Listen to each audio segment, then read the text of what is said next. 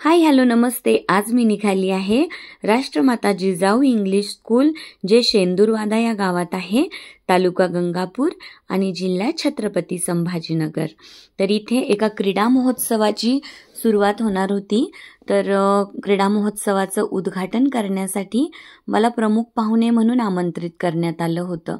तर इथे शाळेत गेल्यानंतर बघा विद्यार्थ्यांनी माझं किती छान स्वागत केलं आणि इथे रिबन कट करून क्रीडा महोत्सवाचं उद्घाटन करण्यात आलं।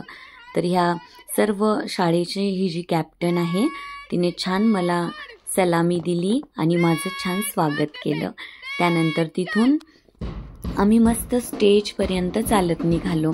आजूबाजूला सर्व शिस्तप्रिय विद्यार्थी-विद्यार्थिनी, त्यानंतर सर्व शिस्तप्रिय शिक्षक वर्ग आणि हे छान शाळेचं मस्त वातावरण, हे सगळं बघून मी खूपच भारावून गेले होते आणि उत्सुकता होती की आता पुढे काय होणार। आणि बघा स्टेजच्या जवळ गेल्यानंतर असं माझ्या हस्ते इथे ध्वजारोहण करण्यात आलं।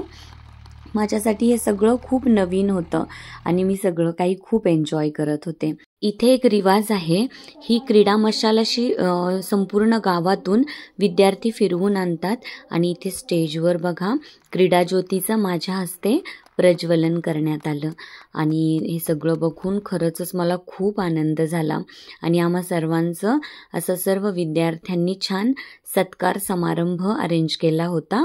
वातावरण खूपच छान होतं आणि हे बघा शाळेमध्ये इथे 4 ग्रुप्स होते आणि हे 4 ग्रुप्सचे 4 कॅप्टन्स।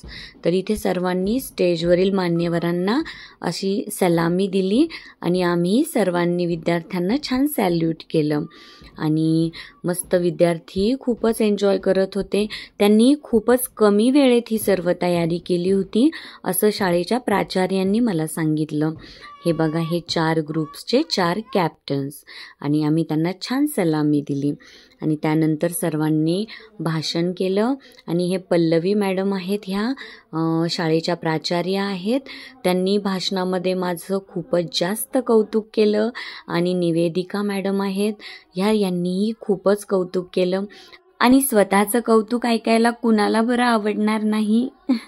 आणि इथे बघा हे समोर वातावरण किती छान आहे। सर्व विद्यार्थ्यांना असं समोर बसलेलं बघून मला तर माझ्या शाळेची खूपच आठवण झाली। हे सगळं बघून तुम्हालाही तुमच्या शाळेची आठवण झाली की नाही? होणारच नक्कीच।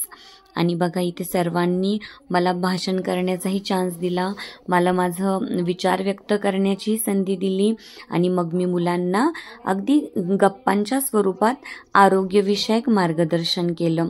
काळ कसा झपझप निघून जातो बघा। एकेकाळी मी समोर त्या विद्यार्थ्यांच्या जागेवर अशाच एका माझ्या शाळेमध्ये बसलेली होते आणि आज विद्यार्थ्यांसमोर मी प्रमुख पाहुणी म्हणून उभी होते। फार झपझप दिवस निघून जातात। प्राचार्य पल्लवी मॅडम आणि बाहेकर सर यांनी मुलांना छान उपदेशात्मक भाषण केलं आणि हे बघा या चिमुरड्यांनी किती छान गुलाबाचं फूल देऊन आम्हा सर्वांवरील प्रेम व्यक्त केलं आणि मग मीही त्यांच्यासोबत मस्त फोटोशूट केलं आणि नंतर आम्ही या स्पोर्ट्स डेच्या उत्साहाने भरलेल्या वातावरणामध्ये गेलो। बघा किती छान वातावरण तयार झालं आहे।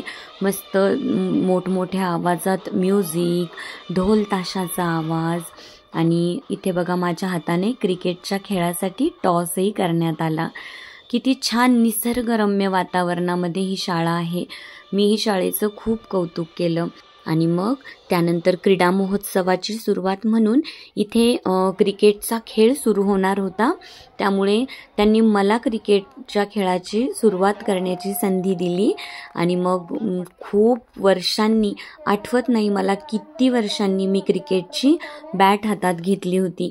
मग काय प्राचार्य मॅडम बॉलिंग करताय आणि मी बॅटिंग आणि मलाच विश्वास होत नाही, लगातार सुरुवातीच्या 3ही बॉल्सवर मी मस्त बॅटिंग केली आणि सर्व विद्यार्थ्यांमध्ये आम्हीही अगदी लहान होऊन गेलो। आणि इथे 10वीच्या वर्गातील मुलींची क्रिकेट मॅच तर अगदी बघण्यासारखी होती। मुली खूपच छान खेळत होत्या, विशेषतः 10वीच्या मुली खूपच छान खेळल्या। त्यानंतर सर्वांनी आमच्यासोबत फोटोज क्लिक केले आणि मग काय आम्ही निघालो परतीच्या प्रवासावर। एकदम प्रदूषणमुक्त वातावरणातून मी परत निघाली माझी OPD, माझे पेशंट्स आणि माझ्या रुटीन लाईफमध्ये. Thank you so much. Bye bye.